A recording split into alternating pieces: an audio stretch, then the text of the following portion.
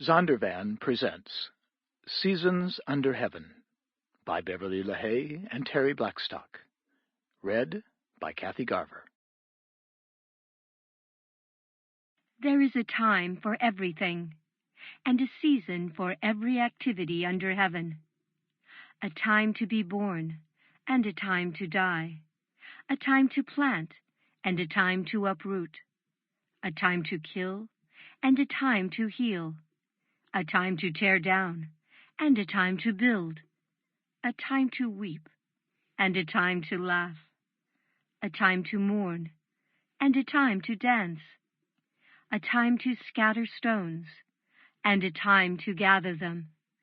A time to embrace, and a time to refrain. A time to search, and a time to give up. A time to keep, and a time to throw away. A time to tear, and a time to mend. A time to be silent, and a time to speak. A time to love, and a time to hate. A time for war, and a time for peace. Ecclesiastes 3, 1-8. Chapter 1. Joseph Dodd was not one of those kids who feigned illness to get attention. His 10-year-old sister Rachel might have, since she was the one among the 4 children who leaned toward hypochondria. Leah, her twin, had been known to fake an occasional stomach ache in the interest of competition, and Daniel, their 12-year-old brother, often used a headache excuse to escape pre-algebra.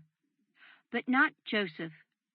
Brenda, their mother, knew that the 8-going-on-9-year-old was the kind of kid who harbored no deceit at all.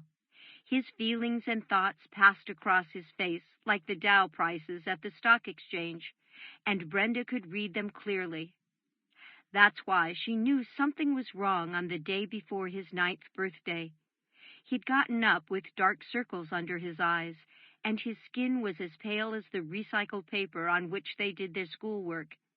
His red hair, which he took great pains to keep combed because he had 3 cowlicks, was disheveled, as if he hadn't given it a thought.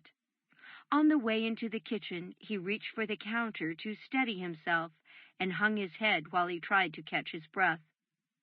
Brenda quickly abandoned the egg she was scrambling and bent down to look into his eyes. "Joseph, what's the matter, honey?" "I don't know," he said. "Are you sick?" she asked, feeling his forehead.